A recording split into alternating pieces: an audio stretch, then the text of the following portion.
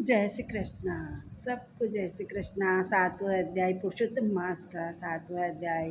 श्री गणेशाय नमो नमः।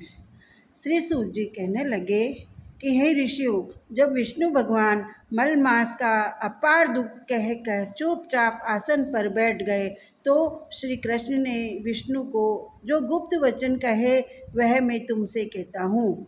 श्री पुरुषोत्तम बोले, हे विष्णु, आपने बहुत अच्छा किया जो मलमास का हाथ पकड़कर यहाँ ले आए।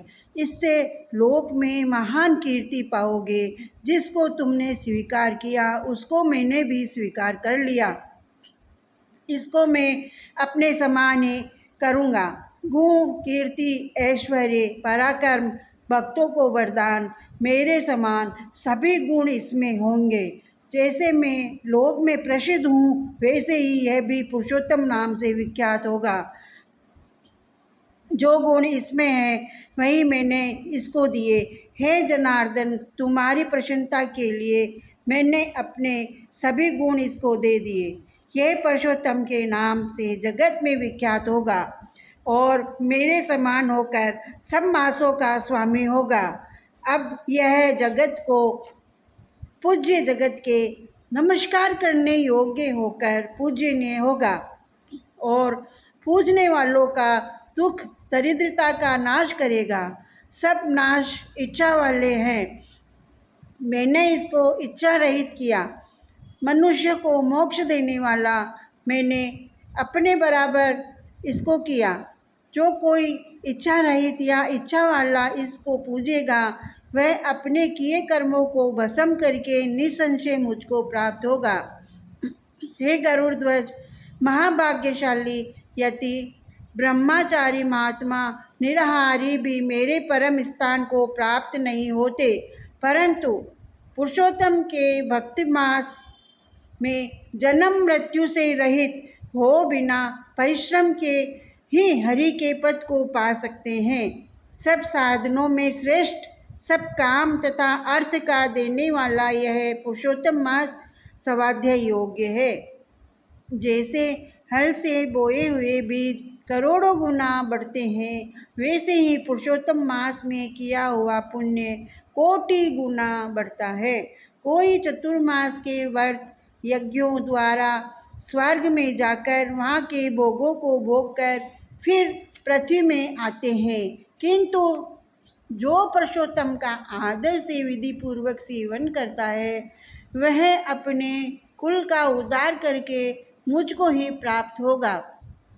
जो महाअज्ञानी मनुष्य इस मास में जप दान आदि नहीं करते और अच्छे कर्म नहीं करते, देव तीर्थ तथा ब्राह्मण से वेर करते हैं, वे दुष्ट भाग्य वाले दूसरे के भाग्य पर जीने वाले हैं। उनको खरगोश के सींग के समान स्वप्न में भी सुख नहीं होगा। जब मूढ़ मनुष्य मेरे प्रिय मलमास का तिरस्कार करेंगे और जो धर्म का आचरण नहीं करेंगे वे सदैव नरक के गामी होंगे। जो पुरुषोत्तम के निर्मित 3-3 वर्ष में धर्म का आचरण नहीं करते और वह कुंभी पापी नरकों में पड़ते हैं। जो अज्ञानी पुरुष स्त्री, पुत्र, पौत्र आदि के संबंध में फंसा रहता है वह अज्ञानी दुख रूपी दानव नल में पड़ा रहता है। जिसका अज्ञान से मेरा प्रिय अत्यंत पुण्यदान पुरुषोत्तम मास बीत गया, उसको कैसे सुख प्राप्त हो सकता है।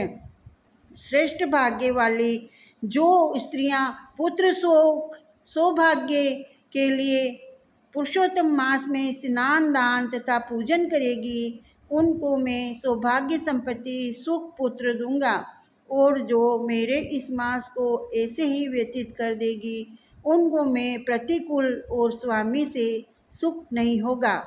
भाई, पुत्र तथा धन का सुख तो उनको स्वप्न में भी प्राप्त नहीं होगा। अतः सब मनुष्यों को मेरे इस मास में स्नान पूजा जपादि करना, विशेष करके अपनी शक्ति के अनुसार दान करना चाहिए। जिसने भक्ति और श्रद्धा से पुरुषोत्तम मास में मेरी पूजा की वह धन तथा पुत्र का सुख भोग कर अंत में मेरे गोलोक में वास करेगा। मेरी आज्ञा से सभी मनुष्य मल मांस को पूजेंगे। मैंने सब मांसों में उत्तम इसको किया है। इसीलिए हे रमापते, तुम चिंता छोड़कर पुरुषोत्तम मांस को लेकर बैकुंठ को जाओ। 7वां अध्याय समाप्त। 8वां अध्याय अगले लिंक में। जय श्री कृष्णा।